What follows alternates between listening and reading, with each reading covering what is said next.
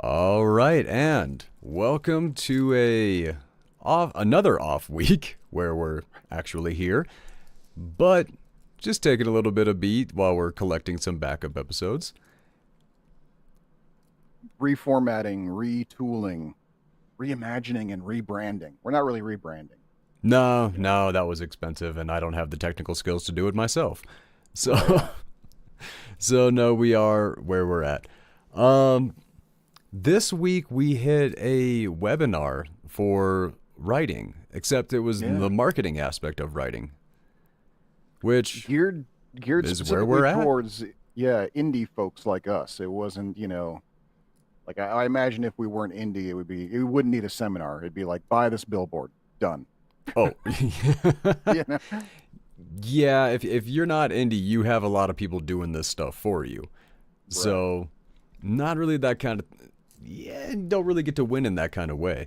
But the Although webinar not kind of. quite Oh, as go much ahead. anymore, I've noticed. That's the interesting thing is that I know that what's his Jason Pargin, like a Hmm. lot of what he talks about as a pro writer is that even though he is traditionally published, even though his stuff is going out with an emblem on it and all that sort of stuff, and he gets the crew, he still has to do like a lot of guerrilla marketing. He has to do his own um uh social media posts and promo and stuff like that, which for me that was like the big thing. Like for me, my main beef about being indie has to do with the fact that I have to do my own marketing, and I kind of hate it. It does suck. And the one thing where I would think to myself, maybe I'll try to submit this to a publisher, see if I can get it actually traditionally published. The main draw for that has to do with the fact, like, sure, I'm making less per book, but the really shitty part of marketing is done for me. Except apparently that's not the thing anymore. Now you have to do your own marketing still, and you still make less per book. So now I'm trying to figure out why the fuck anybody does traditional publishing at all anymore if that's the deal now. That's a If good question. If that really is yeah, the deal, if so that's how that shakes out, that is a good question. Because I mean, I would love to be put with a publisher, have a manager, like back yeah, in the whole setup. Well, here's the thing. As far as social media goes, when it comes to pushing for the book, I think I'm gonna be just fine yeah, because it took years to get used to pushing myself as the product when I was going as an actor. So I hated that. I hated putting pictures up of myself and going, hey, look at me. I hated that. sure, yeah, Loved the work, loved where it took me, loved where I got with it. But the whole aspect of marketing yourself to go, hey, yeah, no, I'm the guy you want to check out. I, I didn't like that. But when it hmm comes to marketing the book as it gears up for that, and I'm just talking about the story, there's a little bit of separation from me and what I've written right. that I think I'm gonna have. I mean, I don't know. This is gonna be my debut novel, and I am not as far away from publishing as I thought I was, Oh yeah, and it's no, making me mad. yeah. I'd say from what you were telling me about where you're at, I'd say basically getting your cover and formatting your print version are about all you got left to do, honestly. I And have that's not going to take very long. no. I hired somebody already to get started to make a cover for me. Been Nice. talking it out. I already got the first version after just a day, and I was like, "Oh my god, I love this kind of work ethic. Bring it on!" Like, felt like I was talking to a person like me. It's like, "Oh, I'm given permission to go gung ho and be a maniac on a project. Let's go, man!" Gotta love that. Yeah. Loved it, loved it, loved the motivation. What I Yeah. got sucked, and I'm Oh. like, "Oh no."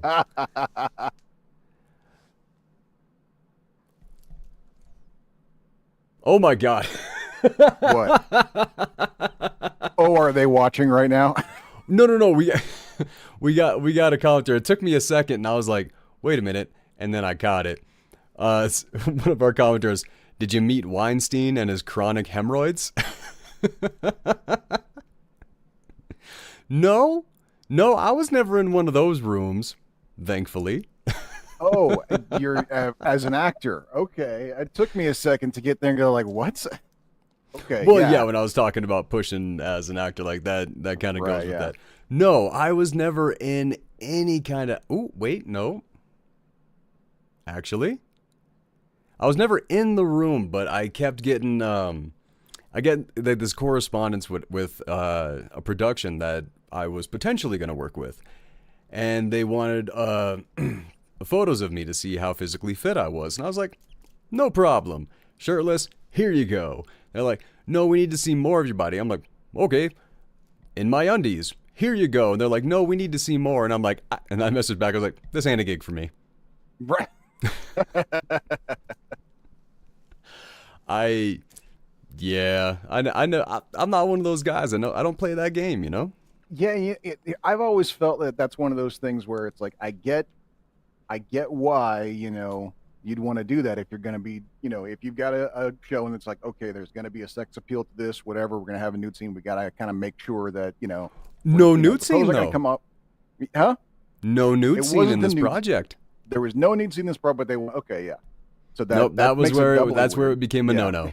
See, I But had other ones where I had been nude in the project, and interestingly enough, that was not part of the audition. so that, yeah. And it seems to me that there should be some kind of like writer to that. Like I feel like if you want to see what someone looks like naked before you cast them, you can do that, but there's like a prepaid, like the same way of like optioning a script.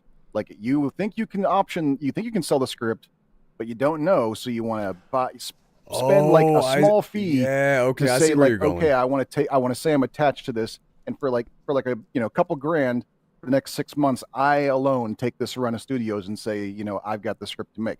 So if you're gonna ask an actor to get naked for a possible scene, I think there should be something like that. Be like, okay, we That makes think a we want to lot of cast you, but sense, I we're think. yeah, and in a Oh, hundred years of man, you know this, the what? union hasn't ever figured this out themselves. I wanted to start the show like this, but man, just rest in peace to two legends. Seriously. Who'd we Oh lose? God, you Shit, haven't heard. I do not I like the haven't heard. fact that I'm the one who's going to tell you this. Dude, you know that I'm abstaining from the news these days. Like, yeah, of course I haven't heard. First, Fucking who'd we the first lose? one's gonna be it's gonna hurt for the legendary status. We lost Gene Hackman in a pretty messed up way. Oh, really? Him, his wife, and their dog were found dead in their home.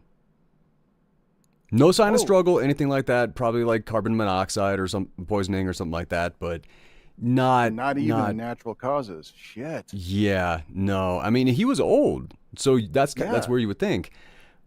The second one, Doc, I'm really sorry that I'm telling you this. Michelle Trachtenberg. No. What Yeah. the actual fuck?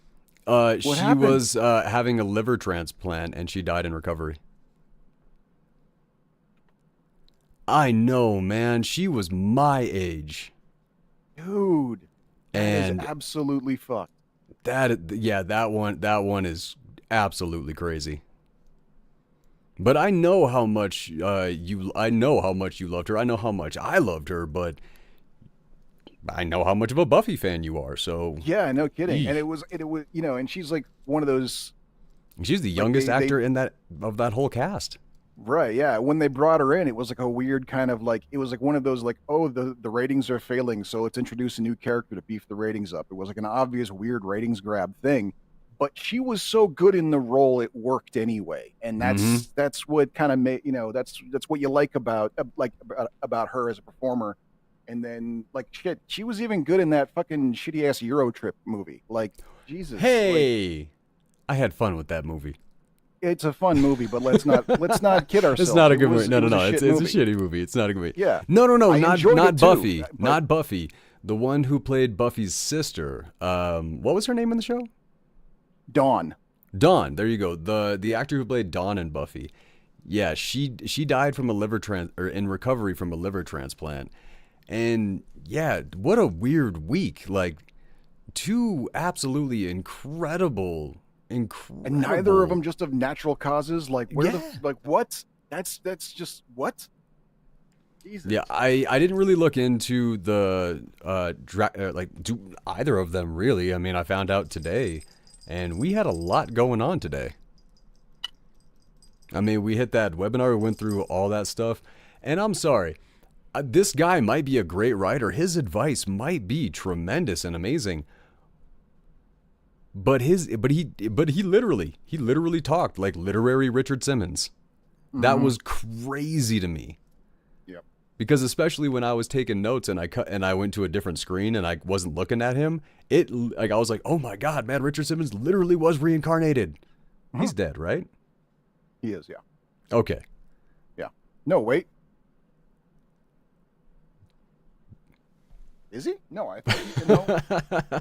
I'm actually not sure about that one. know Oh there was a yeah, whole thing no, about- 100% with you. No, like yeah, Michelle Trachtenberg, teenage crush, childhood crush, teenage crush, young adult crush, like all of them. She never left, but that was the thing about her. She never messed up. She was just a good person and just kind of, I mean, I can't think of any role that I ever saw her in that I didn't like. Yeah, nothing comes to mind for me either. No, but now Wasn't I have she also- Scotty Doesn't Know stuck in my head, so that's Well, that's a classic. Yeah, I mean, wasn't she Which, like that the was like original the Harriet start- Spy too? She was Harriet the Spy. Yeah, she was also Inspector Gadget's daughter or niece. She was Penny, really? She was In the- she was in the- Penny in the Matthew Broderick Inspector Gadget film. That was her. Wow. Okay, I never caught on to that one. Yeah, no, she was. Nope, the whole way through, she was awesome. Never dropped. Okay, you know what? Eurotrip, I think, was the beginning of Matt Damon competing for Cameo King. What did it start there? Because I know it was definitely one of I it was one can't of the think heights of that whole thing. When he was doing his weird cameo things, like Eurotrip. Not just definitely was him, one of but the we also favorites. had Xena show up to be a dominatrix. That movie had a lot. Okay, no, that movie actually had a lot of don't cameos. don't get me wrong. I love the movie. I'm just saying. It's not a good movie, but it's a No, great movie. it is. Yeah, And it everybody is by knows what I all- mean it when I is- say that. It is a guilty pleasure. It is. Yes. It is trash. It's fast. It's fast food, but I love it. That's it's a Jack in the Box movie. Or I'm not gonna I lie, don't know like why I couldn't think of any other fast food brands. I do not speak the language, but I know in my mind, I know the opening song to that movie. That's okay. Whoever's in our comment section tonight is absolutely killing it for me. As soon as I brought up Xena as a dominatrix, I just get the comment, "Nice, I'd submit." It's like, yeah, would you have an option? Dude, look. I mean, Okay, how many? Look, I was already like in my teen years, so this wasn't a new thing for me. But how many people of like maybe your generation truly had their first like physical body awakening thanks to Xena Warrior Princess? Like, I know there's a lot of like young lesbians out there that credit her. I'm sure that they weren't alone. I'm sure there was a lot of like bi and hetero. oh man, kids who you were know like, what? That's "Oh, yeah, not she- something I've ever heard, but that Really? makes a lot. I've never had that. No, it was always Buffy. Always. Oh, okay. Without fail, it was always Buffy. Okay. Yeah, no, for me, I mean, and maybe that's the thing, is like for my generation, for a lot of like the teen kids, while that show was on the air, like later on in my generation, they were like, yeah, no, it was Xena that made me realize. Like, I was like, all right, yeah, I get it. Let's see, who was it for my generation? I already. Well, I mean, yeah, it was Michelle Trachtenberg. That was a big one for a lot of people. I had a huge crush on Harriet the Spy. Oh, okay. Like that, yeah, definitely. I think for my generation, Kim and Trini from the Power Rangers. I think those were probably the really big ones. If and I know this is not the common thing. I definitely understand this. I watched a lot of 80s action movies, so Sharon Stone. Mm. Okay, sure, yeah, I can see that. No, that did not go away. That Yeah. that reached all the way down to the young kids, and just when I saw that scene, I went, "Oh." And then my adulthood began. It's like that scene in that episode of Family Guy where Quagmire's a kid, and I don't know what happened. He's like, "Oh, a ball just dropped." No, that's Yeah, no, I relate to a scene from Community when the dean sees something on the internet and says, "I hope this doesn't awaken something in me." Like that. That for me, I relate to that on ways that I am ashamed to admit. that's that statement basically like sums up homophobia. I feel like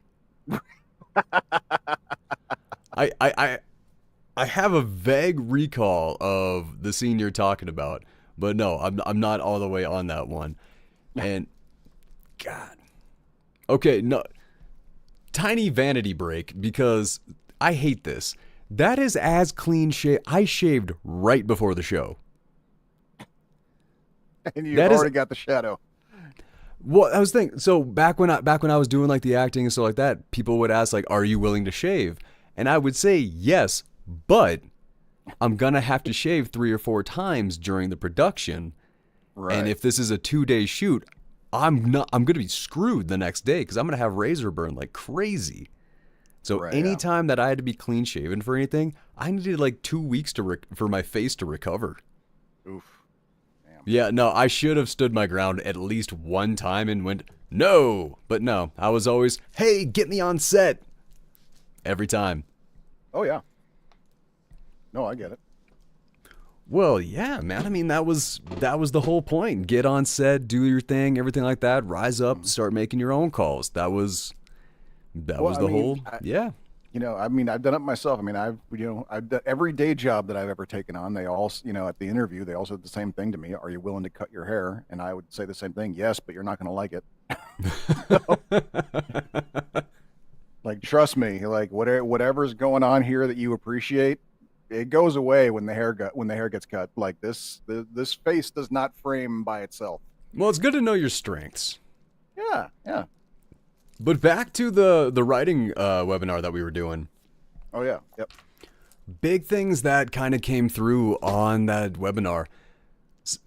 Definitely play to your strengths, following the path of least resistance and creativity, which is. So here's the thing. You're on book 5 of your series, right? Or 4? No, you're on book 4 of your series. I finished 4. The Oh, next okay. one, I have not started writing book 5 yet, but it's kind of I'd say I'm on it because that's what's going to be next. Yeah. Very, very fair. So, because I kicked on and my book was a debut novel, I was able to just let things happen Hmm.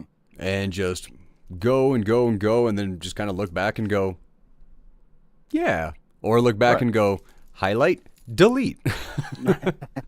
I did that. It's funny because I asked you if you've ever deleted chapters. I realized after that how many times I have deleted full paragraphs, entire pages, everything. I've Yeah. probably deleted my entire book at this point.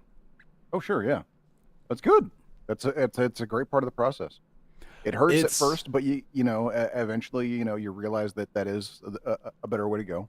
Well, I haven't gotten to that point where I have had to kill any darlings yet. Okay. Like anything in a way that I don't want them to die. Sure. Because when I came up with one of the characters' death, I got mad. But then I was like, I got to do it. As mad as that made Here's me, that makes me have to do it now. right. Here's the thing. Here's and I think this is, I'll let you in on a little secret of the industry. All right. Just between you, me, and the 10,000 people watching. Let's all just like keep this to ourselves. Yeah, 10,000. Eventually, over time. Uh, when they say kill your darlings, that statement where every writer says to the up and coming writer, you got to learn to kill your darlings. I think I honestly truly think that that's just a very gentle way of telling someone this idea that you really love is actually bad and you shouldn't write it. Oh. Yeah. And I because see. I was because taking that as the more you wrote a chapter that you think is brilliant, but it just doesn't serve the story. I was and thinking it some was more kind of like along those lines. and sometimes that is true, but that's the thing is like if you realize that when you're going through the editing process and you go like, oh, I really like this, but it doesn't work, so it's got to go. Sometimes it's deleted. Sometimes you just put it in a separate file and go, maybe I'll rewrite it for a different book someday, something like that. Oh, That's yeah. a natural part of the process. A lot of newcomers coming up really genuinely think that what they have is gold in its purest form that cannot be altered.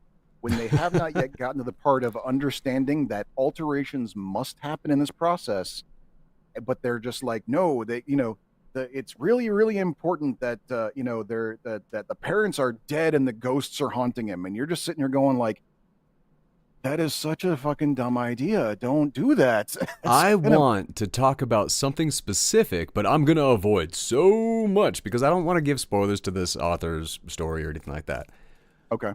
There's a buddy of mine that sent me his book, and I tried to read it. I opened up the first couple pages, and I was like, holy crap, this is freaking terrible.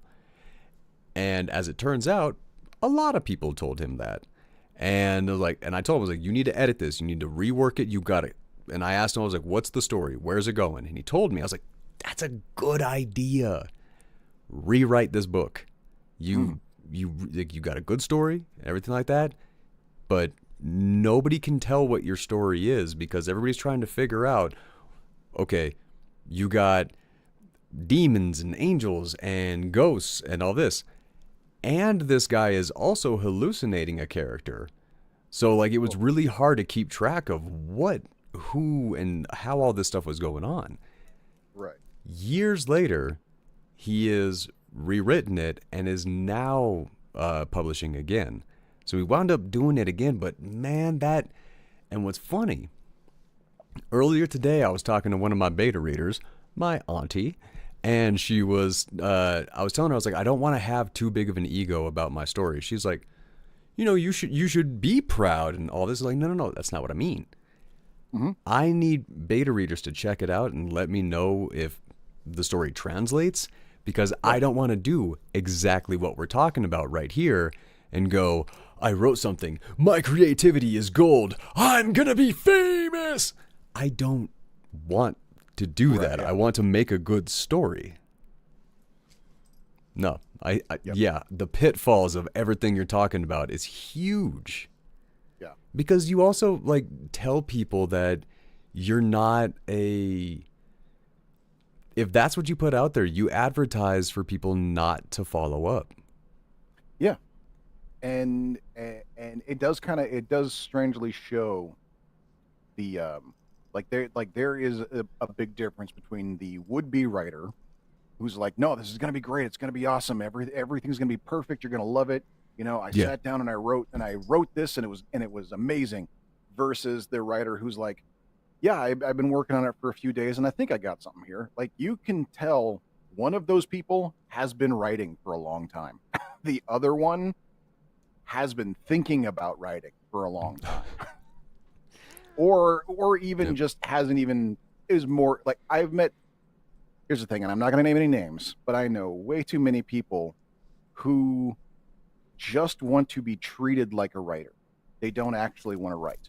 They want to be Exactly. told how brilliant they are. They want to be told, they want their name up in lights. They want to be asked for autographs and stuff like that.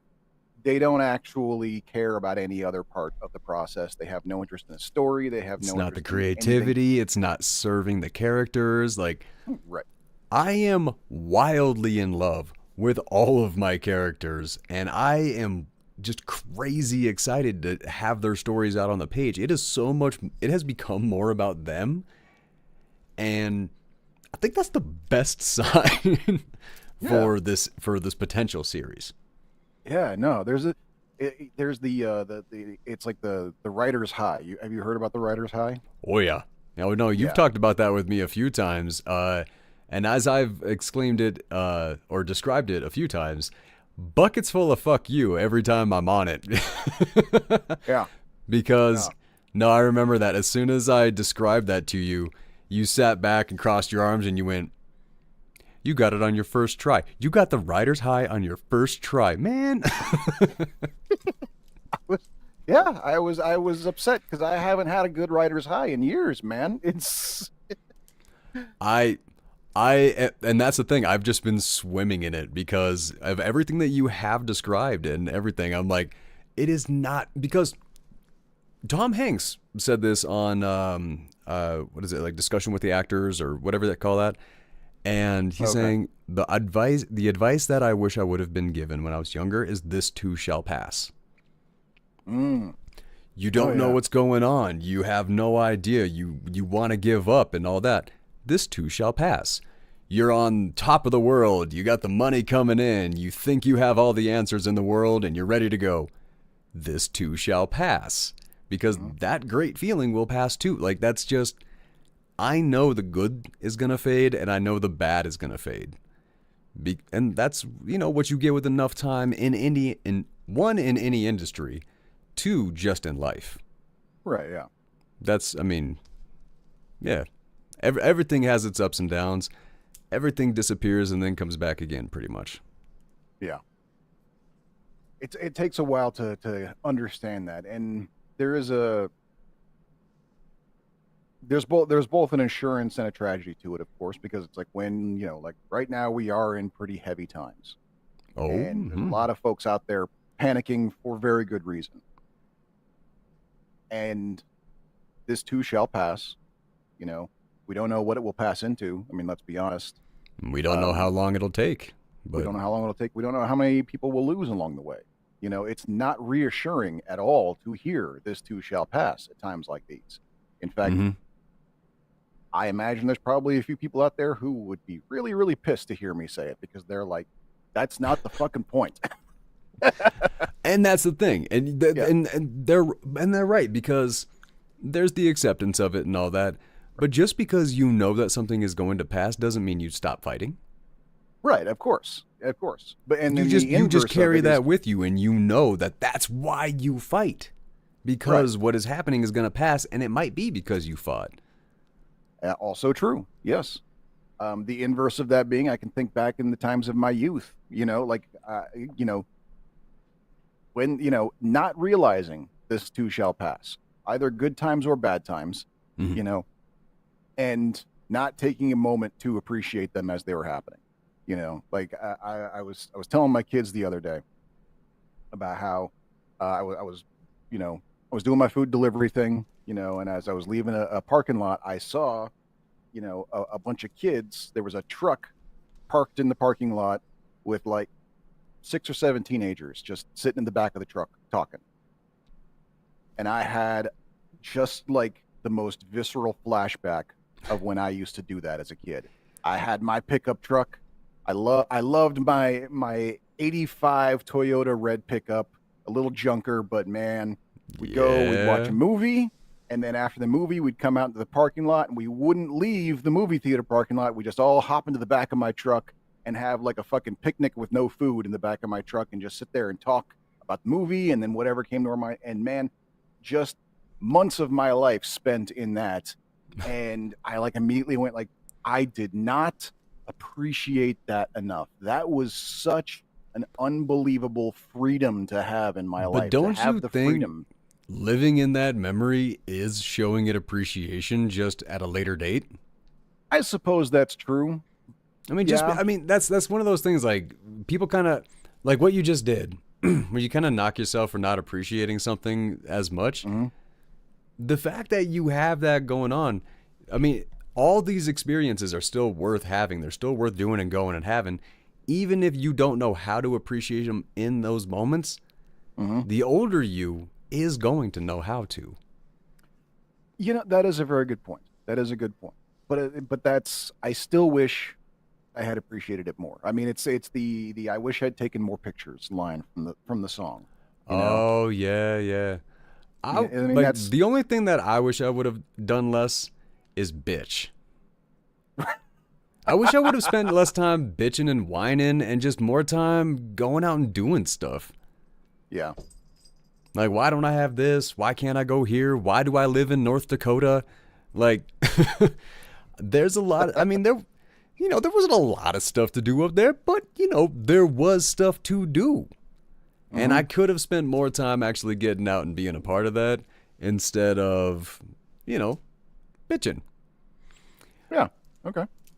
One of the big things that they were talking about, back to the webinar, Yep. is they were talking about writing to your market, which is going to lead right into a discussion that I know you want to have. Right, yeah. But first, the things that they were saying is like study the reviews and the viral TikToks and scenes that people love the most and bestsellers. It's like,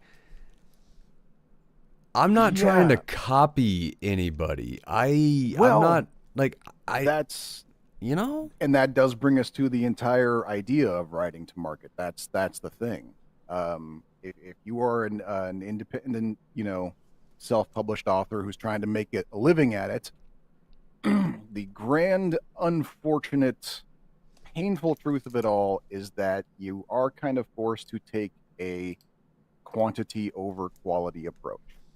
Now, that doesn't mean that any of these books are bad or these bad writers, but the idea is that you kind of do want to get that sense I told you before earlier today about how you got to give yourself a done is good enough mentality.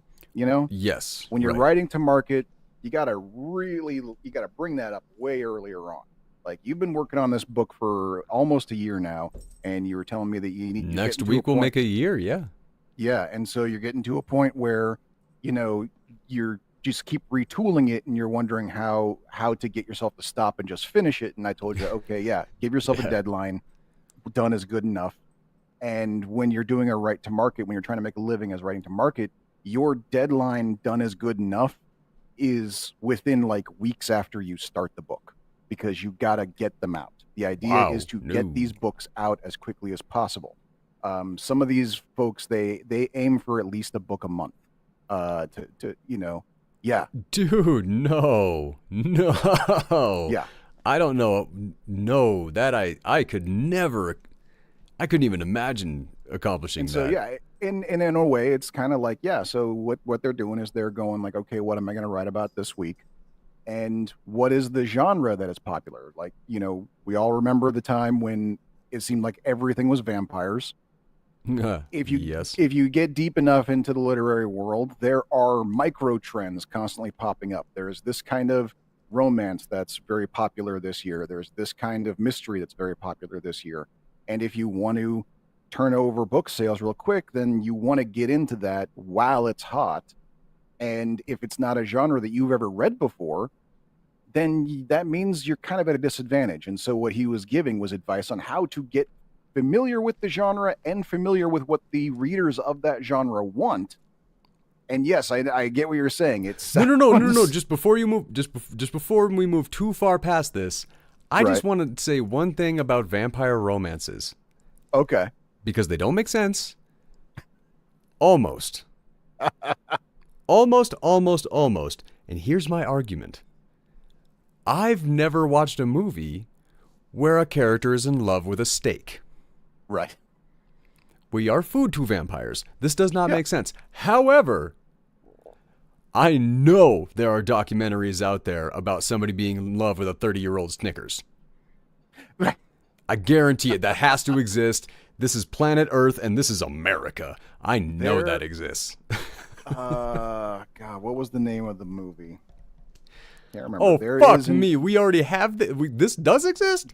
There is a documentary movie about, folks of certain proclivities. And I do remember that one of the stories that they outlined where are we going? Involved a woman who was deeply, deeply in love with the converter box at her local power station. Oh, hey, no, I know about this.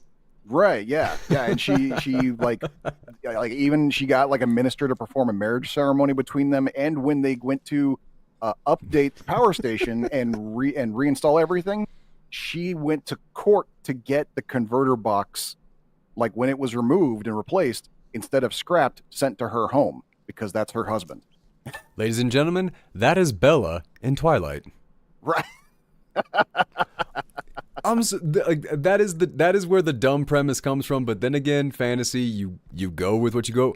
Well, I mean, It's got to be done right. Like, you know, the classic Dracula, like Bram Stoker. I think that was Bram Stoker with the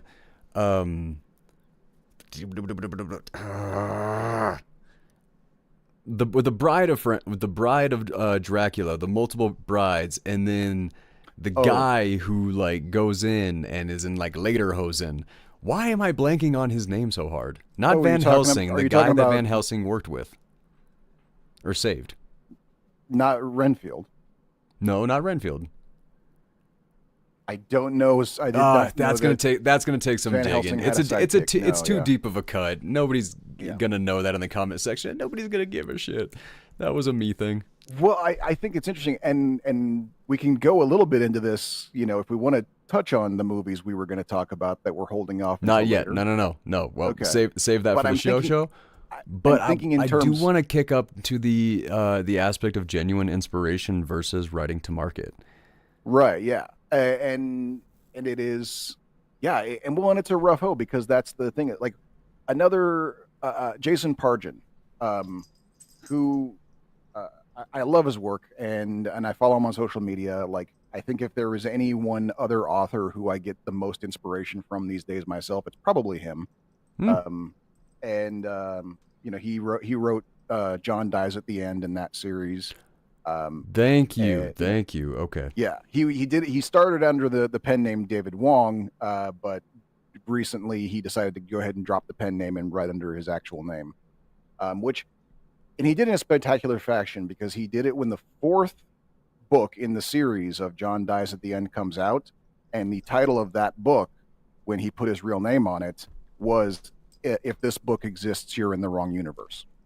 So, right off the bat, clever. Yeah, like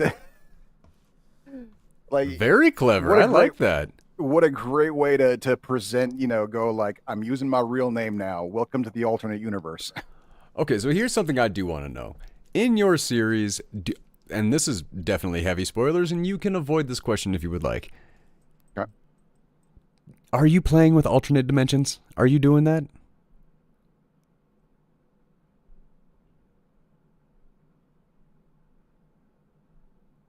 Yes. If you don't know, and okay, No. all right. That's if you. I have. See, here's the thing. When it comes to, from what I understand, of how current scientific thinking applies to the idea of alternate realities and alternate dimensions, it is remarkably inconducive to a structured narrative. When it is very, very quick to go into the nothing fucking matters realm when you're dealing with that. Yes. So I have designed my own literary alternate universe structure that I feel lends to the honesty of what we do know scientifically, while also not breaking literary structure. And there is a very, very, very small hint of it in this series. I actually have go I much seen the deeper. hint yet? No, Okay, I have so it's not where written it I've yet. read up to yet. All right. Yeah, it's going to be a kind of a later on reveal. Okay. Probably somewhere around book 7 or 8. I actually So detail it. well, not that much in a later. Only 2 more books. Yeah. Okay, that seems like a long ways away for me. I say that, but yeah, I think back to the last year where I've spent writing my book, and I'm like, never mind, 2 or 3 books. That's a long time away. Yeah. Yep. But but that but does tie. Go ahead. I will be diving into it more specifically. One of the other like standalone novels that I told you I was working on. In fact, I told you about this one quite a bit. Shady Transactions and Questionable Establishments is the Man, I thought you were going to talk about vampire lesbians from Dimension X. No. Nope. Years That ever book since you is- told me about that story, and ever since I got to hear that excerpt when you read at Authors and Pubs, Oh man, I have been excited for that book. One day. Maybe one day. Yeah. I know my editor is probably furious with me because she put in all that work to edit it and I never finished it. So she's probably more mad than you are. Um, I'm not mad. I'm just in anticipation. I do feel no, no, no. I mean, no. I don't want to give any spoilers on that one because that is damn it, that's a fun story. Thank you. But Uh but yeah, no, the yeah. Shady Transactions one, that one's going to be very much revolving around, the literary alternate universe model. My hope is that if it works, I'm gonna not even own it. If other people want to use that model, that way of restructuring the thinking of alternate universes in order to make it work literarily, if they want to use the same mechanic that I do, feel free. Like I am not I going don't to think you claim should do that, dog. I mean, you should definitely like that's your work, that's your idea, that's your like I like no. there's a certain I don't know. I don't know. Because cuz you've read this you've read parts of my first novel Yeah. and you know that like I came up with my own creation of how the world came to be. Yeah. That's mine. Like the I I don't know, man. Maybe my ego is a little bit too big because I don't Let me know. put it this way. That would hurt to watch somebody else take my work and then like credit themselves as the ones who came up with it. Oh, well, I mean, in a way, it kind of depends on how you look at it. Because for me, I think about it more in terms of H.G. Wells invented the entire concept of a time machine, and now time travel is its own genre. That's Right? how I look at it. Like, I'm not, I don't think H.G. Wells is sitting there going, like, I can't believe everyone's got time machines in their fucking books now. I created that. No, no, no. I mean, No, no, no, assuming no. HG Not is still like that. alive, but that's What? kind of assume if HG was still alive, I don't Oh, think he'd be mad about it, you know. So that's basically my okay. point. Like I would be okay with there being like a genre of this is the mechanic of alternate realities that we're using to tell our own story. I'd be fine with that. No, no. Fine with people doing it. Mhm. But you know 100% that if if you don't actually credit yourself for something you come up with, somebody else is. Oh yeah, yeah. And that's But what I'm I've saying. also Like kind of maybe my ego is a little bit too big in that vein, but I also kind of live with it in a way. Well, because okay, so I actually had something like that happen. Maybe one of those like I a moment where I thought to myself, I really, really, really wonder if this person like not stole my work, but was inspired by my work. mm, Because so somebody you know. no, not somebody I know, somebody more famous than me. Well, kind of low Um, chances then. yeah, well, I had one short story actually get into a pretty well-sized publication, Oh, the one that and you then funded one of the festivals with, right? exactly, yes. The Yeah. payment I got for that short story was how I paid for our 48 hour that year. Yes, because it was a pretty big publication, and I got a pretty good paycheck for it. That was a great year. Fair Um, enough. and then about 2 years after that was published, um, a much more well known writer than me, who likely may or may not have read the publication that I wrote in, wrote a similar with wrote a short story of an entirely different genre, but an almost exactly the same setup. Hmm. To the point where when I read the short story, I really went like, this sounds so much like what I wrote. Like, did I did I accidentally steal from this person? I need to go check publication dates. And no, the publication date was that mine came out 2 years earlier. And so I'm like, okay, so was this person like that inspired by what I wrote? And when I say inspired, Well, when you're was talking it about the setup, this I is a think great that's idea. I can do something with it, or was it this guy's a fucking idiot. Let me show how it's done. Like I don't know which inspiration it was. well. So when you're talking about like that kind of setup, and I don't know the setup that you're speaking of, but that This seems like person something is that more famous than me. I don't want to say their No, name I mean and have it come back. no, I mean the setup for the book. Like, what were the story elements? That's what I'm asking. A dating app that matches you with an alternate reality version of yourself. I could see multiple people coming up with that given enough Yeah. time. In the story that I saw later, it was a person being invited to a convention where everyone at the convention is them from alternate realities.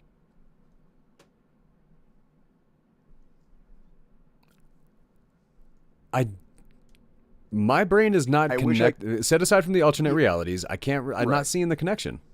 I wish I could explain it, but it was one of those like as I was listening, I'm subscribed to this podcast that basically does like audiobook versions of short stories. And so Oh, okay. as I was listening to it, it was just kind of one of those like that sounds so familiar. Like it's not just like ideas come to a society, not a person, and so you get that a lot.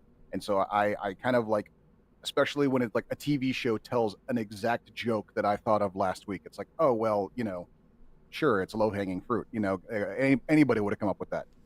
But this one, I Well, no, kept that's what I'm like saying. going, Not anybody. I'm saying like yeah, enough time, enough writers, enough right, time, and we are in the era of alternate reality.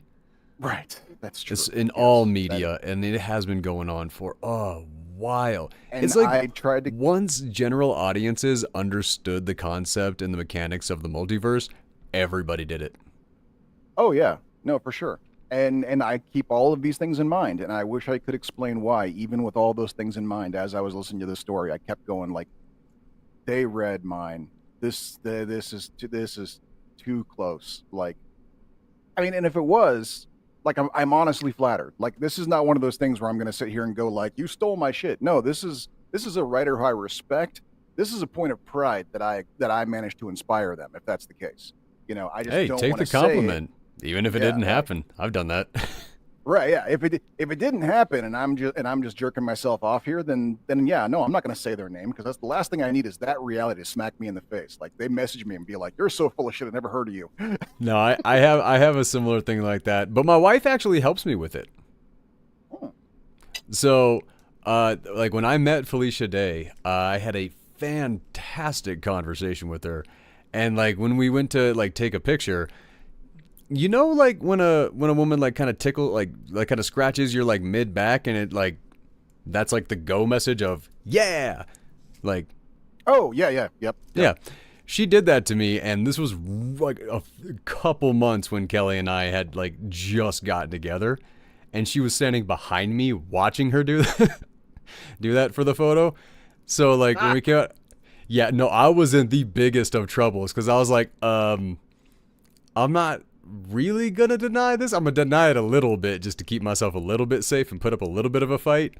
But at the same time, like I was sitting there going like, I think Felicia Day just flirtily like, did that just happen? And then I came back and I got into a fight, and then as soon as I was in the fight, I'm like, it did happen. That was like my validation, and I was like, Right, yeah. You saw it too. Yo, yeah, it was come hard on, to babe, high celebrate five. and try not to fight at the exact same time.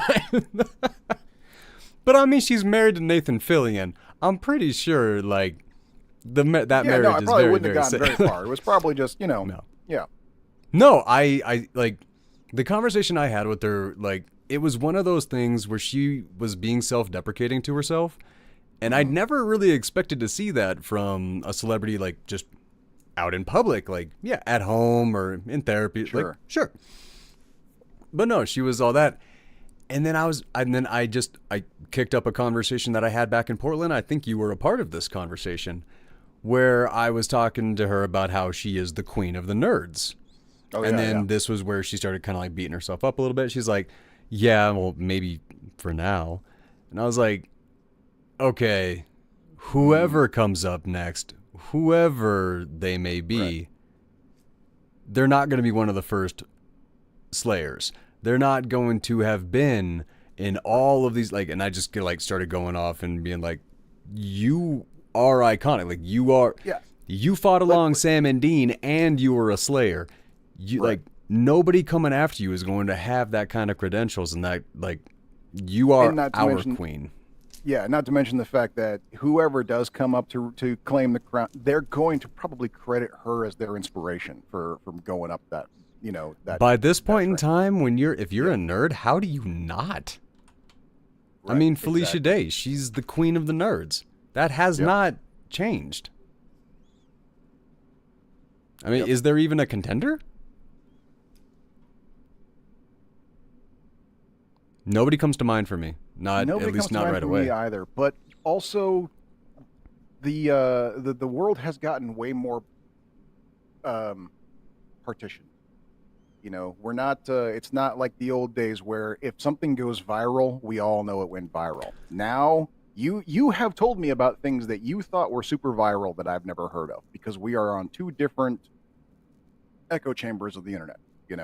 So Yeah, but there then you might be found out like, about it like the next day because it was kicking up.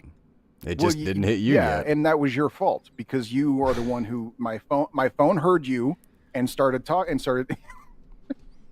I can believe that. I can. We are in that era as well. Yeah. The back to the thing that I was wanting to say though, like writing to market versus genuine inspiration. Mm. I think writing to market is the way that you get. Am I racist or gay? I don't think I'm either. Check in with me next week. When you're kind of going through these things. Oh no, Just a troll side comment. note. Yeah, I was gonna say, just a side note. You don't have to respond to all the comments. Kind of wanted to respond to that one. Okay, all right. I don't know If, how I if could you're, be. I don't know what we were just discussing that would make me racist. I yeah, I don't know. Maybe I don't know. But when you're writing to market versus writing genuine inspiration, I do think that if you're writing to get money, writing to market is the way to go. If Right. you are writing to make a timeless story, follow your genuine inspiration. yeah, Like and that's here's like going for there is, timeless versus a paycheck. yeah, and there is nothing wrong with either. Of course, there is. If that's what if you'd like to write and you can pump it out to that degree. I know I can't. I've tried. Um, and you can make a living at it. More power to you. I'm a big believer that the more the better in that. Like I know in the grand scheme of things, with all the different books, with all the comic books, all the movies, everything, I know 90% of it is going to be shit. That is a fact. Oh yeah, However, true. that 10% gold gets bigger the more we have out there. If we've only got 100 books out there, that means we only get 10 really good ones. If we get 1,000 books out there, then that means we get 100 really good ones. So that's my opinion on that. Is like, yeah, I get it. A lot of it's shit, but the more shit we have, the more gold we have too. And I'm a big fan of that. I'm a big believer in that. So, more power to you on that. And if it sells, then that means people like it. And there's absolutely nothing wrong with that at all. And That's very so fair. maybe it's gold for somebody else, just not me. So, and I think some of these folks, they do try to find a balance. They have their right to market that they're using to make a living, and then in their free time, they're working on the genuine inspiration that maybe once they get their name out there, once they have a big enough fan base, they'll go, okay, this is my opus. This is my. It's not right to market. Doing it's one not, for that, like doing two for them and one for me. exactly. Yeah. Yep. Yeah. No, that's a pretty basic Except premise in this of case, show it's business. it's more like 15 for them, one for me, unfortunately. So. Yeah. So they really got to pump these out. It's kind of insane. I don't know how they do it. I really, really don't. No, I had somebody ask me, they're like, well, maybe this isn't the first book that you publish. Maybe you publish another one first. And I'm like, no. I'm not. I'm not keeping this in the tank for as long as it's going to take me to write an entire other book. I can't do that. Yeah. I I think I have a lot of respect for the people who can do that. I don't Right. understand them. I know that I'm not one of them. I know that completely. Right. Yeah. No. We're coming to the last like the last 5 minutes of tonight's show. Was there anything that you wanted to jam in before we finished up? No, well, okay, there is one thing. It's completely off topic. It's something that came to mind the other day. Has nothing to do with anything we've been talking about. All right, what do you got? I kind of wanted to offer a proposal. Like, well, first of all, I have a question for you because you're on the I'm production already side married. of our show. I spent the week with my kids and their teenage half sister, who interrupted me every time I open my mouth. I have no patience for it right now. So I'm going to gently and politely ask you, Brad, please shut up.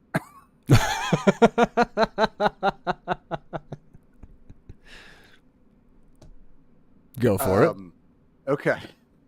My question for you is, you have seen like our downloads, our views, and stuff like that. I'm wondering if in the statistics that you've seen of our show, do you have any demographics? Like, do you know how many of our viewers or listeners are of the male persuasion, Mm-hmm. of the female persuasion, their age brackets, stuff like that? Do you have any of that Mm-hmm. information? Where are we falling in? I'm curious to know. About 70% of our audience is men that fall between the demographic of like 24 to 35. Okay. That's not bad. All right. Good. That's good to know because I have a message for the kids. I have a proposal for the kids, and I wanted to make sure that there actually were kids listening and not, and not just like old fuckers like me.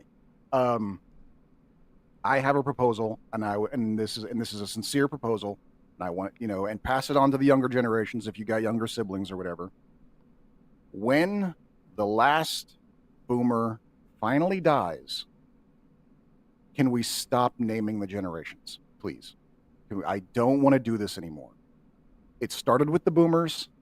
We should end it with them. We don't need to have this bullshit like tag of when you like. My parents are boomers. I'm Gen X. Brad here is a millennial. It sounds like most of our audience is either millennial or Gen Alpha, or how does it go again? What's the order again? I think it's millennial then Gen Z, isn't it?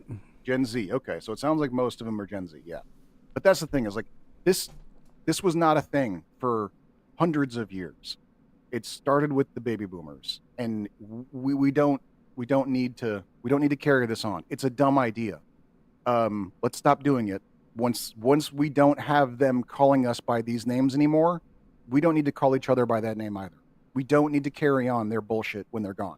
This is my proposal to all the kids of the world. Like, when they're gone, let's just stop. Okay? And I would like to hear if anyone's, Brad, how do you feel about it? Couldn't even begin to care less than I do. Okay. As being as real as possible on that, I don't care.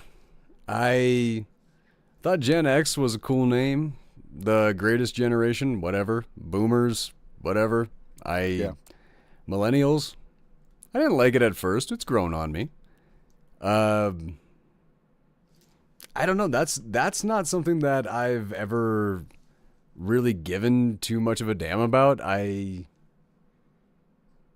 Huh. I never thought about it. I just want to definitively know where the generation line is. Well, see, that's just it. For me, it's like it's been changing. I mean, like for me, I consider myself Generation X for one reason and one reason only, because I remember when the term was coined, and when they coined it, they were talking about me specifically. So even though like since then there are some people who go like, oh, by the year you were born, if you go by the year you were born, you're actually like an elder millennial, and I'm like, no, bitch, I'm Gen X because they fucking called me that to my face. Like, so that if it's been changed, that means some assholes backpedaling or something like that. You know, it's a it was the baby boomers trying to make the fact that they were such a unique generation in and of themselves to try and continue that tradition of separating each generation out by saying, like, we are defined by this, you are defined by that, you were defined by that. They were a very unique generation. They were, as they are called, they were the result of the baby boom. We had such an astounding, prosperous period of time in America that we just kept fucking and having kids because it was so awesome. And it Well, honestly fucked our economy up as a result. And rather than fix it, we just let the kids grow up fucked up. And then they grew up, took over the world, and fucked us.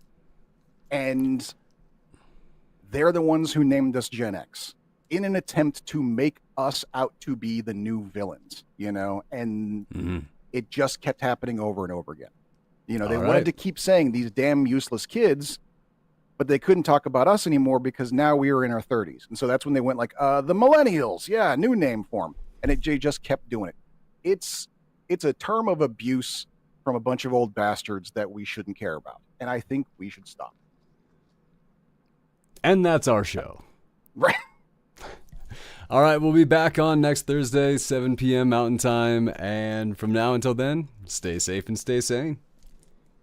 Adios, fellow humans.